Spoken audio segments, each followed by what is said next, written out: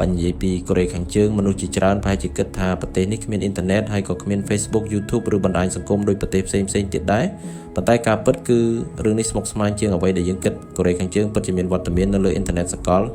គេអាចរកឃើញវត្តមានរបស់រដ្ឋាភិបាលឬស្ថាប័នដែលពាក់ព័ន្ធនឹងកូរ៉េខាងជើងនៅលើ Facebook YouTube និងបណ្ដាញសង្គមមួយចំនួនប៉ុន្តែវាមិនមានន័យថាប្រជាជនកូរ៉េខាងជើងរាប់លាននាក់អាចបើក Facebook ឬ YouTube ដោយដែលយើងប្រើរាល់ថ្ងៃចំណុចសំខាន់បំផុតគឺកូរ៉េខាងជើងមានបណ្ដាញមួយដែលគេហៅថា Hwangmyong មិនមែនជាអ៊ីនធឺណិតសកលដែលយើងប្រើទេវាជាបណ្ដាញអ៊ីនធឺណិតដែលបង្កើតឡើងសម្រាប់ប្រើប្រាស់នៅក្នុងប្រទេសហើយមាតិកានៅលើបណ្ដាញនេះស្ថិតក្រោមការគ្រប់គ្រងនិងត្រួតពិនិត្យរបស់រដ្ឋ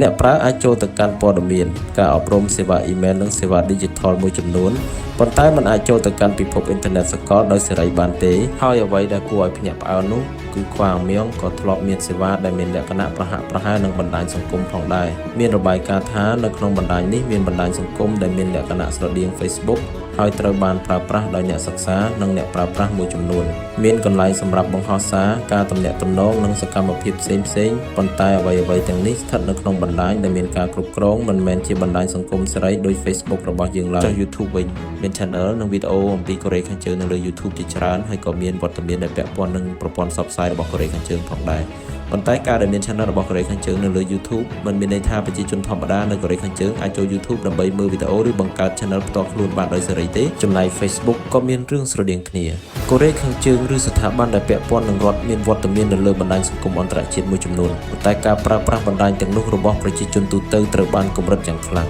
ប្រភពស្រាវជ្រាវជាច្រើនបញ្ជាក់ថាមានតែមនុស្សមួយចំនួនតូចប៉ុណ្ណោះដែលអាចចូលប្រើអ៊ីនធឺណិតសកលហើយជាទូទៅគឺមនុស្សដែលមានការអនុញ្ញាតពិសេសឬមានការងារដែលត្រូវការអ៊ីនធឺណិតអន្តរជាតិចុះ TikTok នៅទីនេះយើងត្រូវប្រយ័ត្នចំពោះព័ត៌មានមិនគួរនិយាយថាកូរ៉េខាងជើងមាន TikTok សម្រាប់ប្រជាជនទូទៅប្រើប្រាស់ដោយប្រទេសផ្សេងៗឡើយភស្តុតាងដែលអាចបញ្ជាក់បានច្បាស់ជាងគេគឺកូរ៉េខាងជើងមានការចូលប្រើអ៊ីនធឺណិតសកលក្នុងកម្រិតតូចនិងមានការប្រើប្រាស់ប្រព័ន្ធអ៊ីនធឺណិតក្នុងស្រុកជាចម្បងដូច្នេះប្រជាជនធម្មតាមិនមានសិទ្ធិប្រើ TikTok ជាសាធារណៈដោយអ្នកប្រើនៅប្រទេសផ្សេងៗទេហេតុអ្វីបានជារដ្ឋាភិបាលកូរ៉េខាងជើងគ្រប់គ្រងអ៊ីនធឺណិតតឹងរ៉ឹងបែបនេះមូលហេតុសំខាន់មួយគឺការគ្រប់គ្រងព័ត៌មានប្រសិនបើប្រជាជនអាចចូល Facebook, TikTok, YouTube, Google និងប្រព័ន្ធព័ត៌មានអន្តរជាតិដោយសេរីពួកគេអាចមើលឃើញព័ត៌មានពីប្រទេសផ្សេងៗហើយអាចប្រៀបធៀបជីវភាពនិងសង្គមរបស់ខ្លួនជាមួយពិភពខាងក្រៅដូច្នេះរដ្ឋាភិបាលបានបង្កើតប្រព័ន្ធអ៊ីនធឺណិតខាងក្នុងរបស់ខ្លួនដែលអាចគ្រប់គ្រងមាតិកាបាននិយាយឲ្យងាយយល់គឺកូរ៉េខាងជើងមិនមែនគ្មានបណ្ដាញអ៊ីនធឺណិតទាំងស្រុងទេពួកគេមានពិភពអនឡាញផ្ទាល់ខ្លួនមួយដែលមានព្រំដែនមនុស្សនៅខាងក្រៅអាចមើលឃើញវត្តមានរបស់កូរ៉េខាងជើងនៅលើ Facebook ឬ YouTube